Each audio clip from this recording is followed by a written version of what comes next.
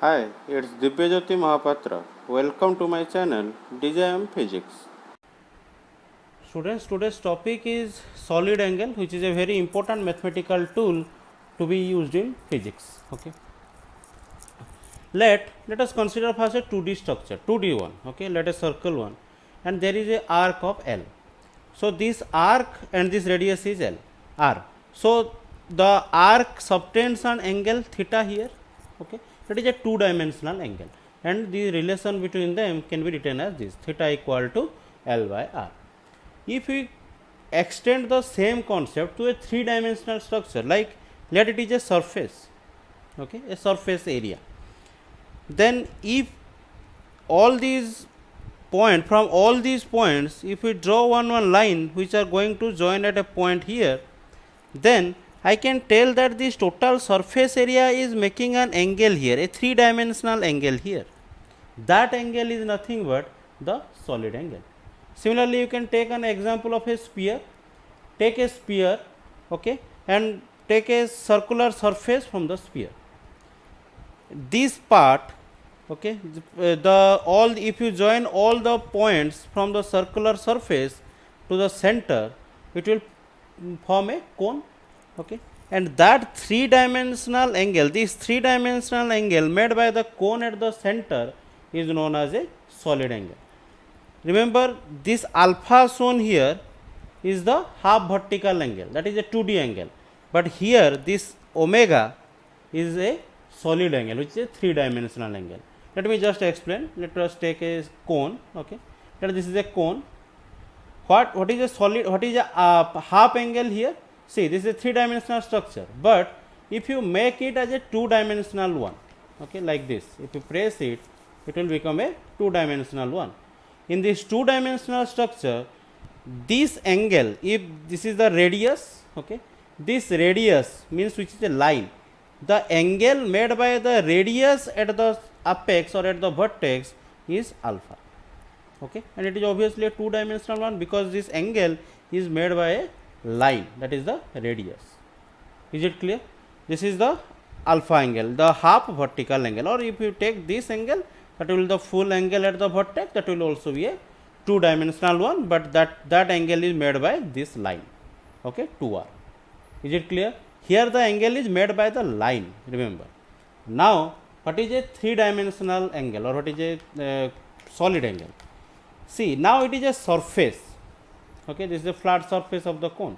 This surface made an angle here, not this line. We are not talking about this line or this line. We are talking about the surface. Take, in case of line, let me again explain it another way. In case of this line, draw one line from each point from the line, from the radius, okay, and try to join them at a point. So after that you got this angle, okay. Draw one line from the line or from the radius to the vertex. Whatever you get here, that is a two-dimensional angle. Now if you extend it up to 3 dimension, there is a surface. Draw one line from the surface, okay, you will get an angle here at the vertex, a three-dimensional angle, because you are taking one line from here to here, okay, from here to the vertex, from here to the vertex, like from each of the surfaces. So what you will get here? A three-dimensional angle, that is known as the solid angle. Is it clear? You have to imagine, okay, here.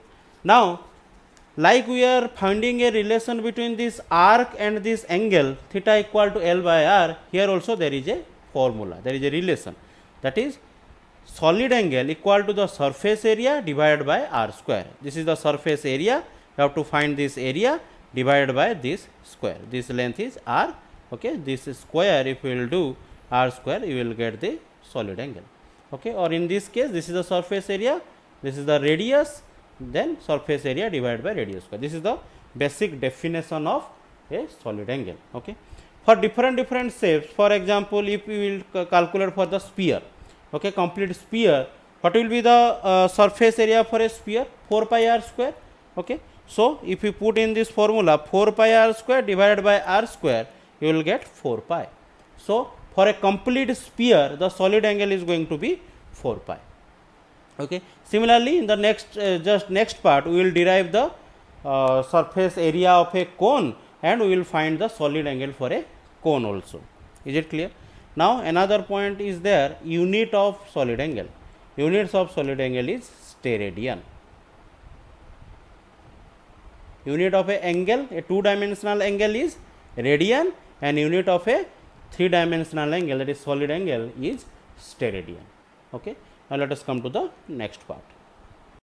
In this part, we will derive a relation between the solid angle and the half vertical angle of a cone, which will be useful in deriving many concepts in physics. Okay. Now let this is a cone, okay, and this is the flat surface which made an angle of omega at the three dimensional angle omega at the apex, and made an angle of alpha, which is a half vertical angle. Alpha is the two dimensional angle, general angle, okay, but we are trying to find the value of omega, that is the solid angle. So for solid angle, as we know, the formula is, for solid angle is surface area divided by r square. So first let us try to find the surface area in terms of alpha and r. Okay, this radius r and this half vertical angle alpha. What is our aim? Our aim is to find a relation between the solid angle omega and the half angle alpha. We have to find a relation between them. So r we have to eliminate, or we have to somehow, r should not be at the end equation. So we have to write the surface area in terms of this r, this radius. I am not talking about this r, I am not taken this as r. Here this is the radius r. Okay. Why this is the radius I am telling? Because this cone is nothing but a part of a complete sphere. Okay. So that sphere has a radius of r, that was I talking. Now how to find the total surface area? Let us find a small ring or a elementary area at the disc or at the flat surface, and let this elementary area is at a height of x from the center, having a thickness of dx. Okay, this is at a height of x and having a thickness of dx, or in terms of angle I can tell from this axis it is at an angle of phi and making an angle of d phi. The thickness is making an angle of d phi at the vertex. Okay. Now what is the area of this elementary part? If you cut it from here and stretch it, okay, cut the element from here and stretch it, what is the length is going to be? 2 into pi into radius, because it is a circular one. So 2 into pi into radius, with this distance is x, so it is 2 pi x, and the thickness is dx. Is it clear?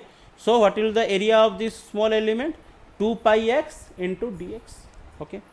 Now in this triangle, okay, this triangle from 0 to here to here to here, this triangle, this angle is phi, this distance is x. Okay. So I can write sin phi will be equal to x by r p by this length. Is it clear? P by h. So this is going to be x by r, because if this is radius, this is also going to be the radius. Okay. So x by r, I am not talking about radius of the flat surface again, this length I am talking about from here to here, or that will be also from here to here. So x by r. So I can write x equal to r sin phi. Is it clear? This is equation 2. Now let us consider this small triangle here, this small triangle, okay, which is making this small triangle. If I will draw it here, it will like this, making an angle of d phi, and this distance or this height is dx. Okay. Now if I will write tan d phi for this triangle, it will be p by b. So p is dx and this is r. So tan d phi is dx by r. So dx will be equal to r into d phi. It is actually, it should be r into tan d phi. But remember, for very small angles, tan theta is nearly equal to theta, and since d phi is a very small angle, I can write tan d phi nearly equal to d phi.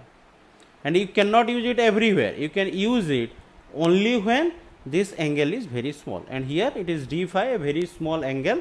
So I can write tan d phi as d phi. This is a result of trigonometry. You can confirm it from your math teachers also. Now, if we put these two value, this value of x and this value of dx, we have got a dx here, we got a x here. Now put this x here and put this dx here in this equation.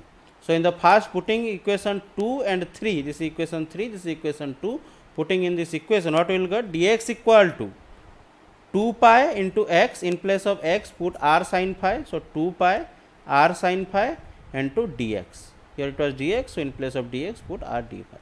So this is the answer, 2 pi r into r, it will r square sin phi d phi. What is this? This is the small area of this element, small element. Okay. Now what will be the total area? Obviously do the integration. So integration of ds of this, here r is a constant, so 2 pi r square total constant outside sin phi d phi. What is phi? Phi is this angle, okay, which can change from 0 to here. If you are choosing the element here, okay, then the angle is going to be 0. If we choose the element here, then the angle is going to be alpha. So the phi is changing from 0 to alpha. Okay. So you are putting the limit, and by doing the integration, you will get this as the surface area of this cone in terms of r, in terms of this height, not this r, in terms of this r. Now we have to find the solid angle, that is formula is area by r square, as I have just told before. So the solid angle, this is the area we found and divided by r square. So if r square and r square will cancel out, then the remaining part is this. So this is a relation between the solid angle made by a cone of half vertical angle alpha. Okay, and this relation is going to be useful to derive many questions in physics. Okay, I have given a link in the description also in which type of questions this is going to be useful. Okay, now cone is nothing but a small element in a sphere. Okay, because if you take a spherical surface on a sphere and this region if you extract, you will get nothing but a cone. Okay, so if you extend this cone in terms of a sphere, then what will be the half angle? See, half vertical angle means only this much angle, not this total angle.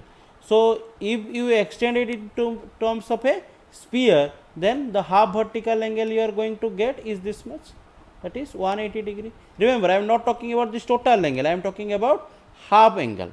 Okay, so this is going to be how much? Pi.